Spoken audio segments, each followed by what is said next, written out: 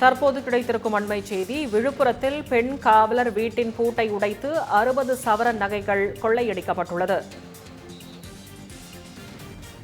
கொள்ளையடிக்கப்பட்ட நகைகளின் மதிப்பு 30 லட்சம் ரூபாய் என முதற்கட்ட தகவல் வெளியாகியுள்ளது. இது தொடர்பான கூடுதல் விவரங்களுடன் நமது செய்தியாளர் அருண் இணைப்பில் இருக்கிறார். அவரிடம் கேட்கலாம். வணக்கம் அருண், விரிவான தகவல்களை பதிவு செய்யலாம்.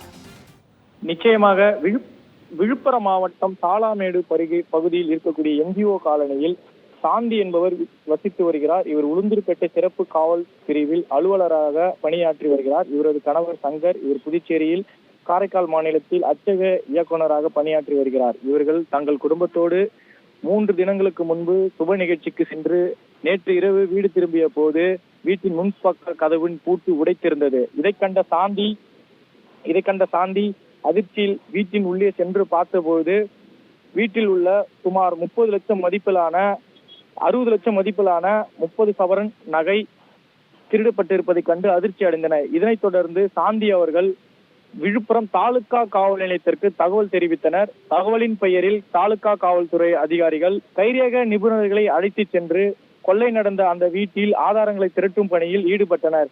காவல்துறை அதிகாரி வீட்டில் திருட்டு நடப்பதை கண்டதும் விழுப்புரம் மாவட்ட காவல்துறை கண்காணிப்பாளர் தீபக் சிவாஜி அவர்கள் நேரில் சென்று ஆய்வு செய்தார். ஆய்வு செய்து ஆதாரங்களை திரட்டும் பணியில் காவல்துறையினர் முடுக்கிவிட்டுள்ளார்.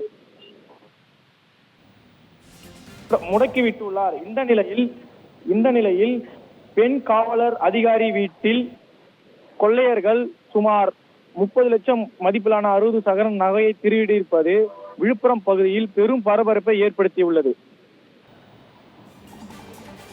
விரிவான தகவல்களுக்கு நன்றி அருண்குமார்.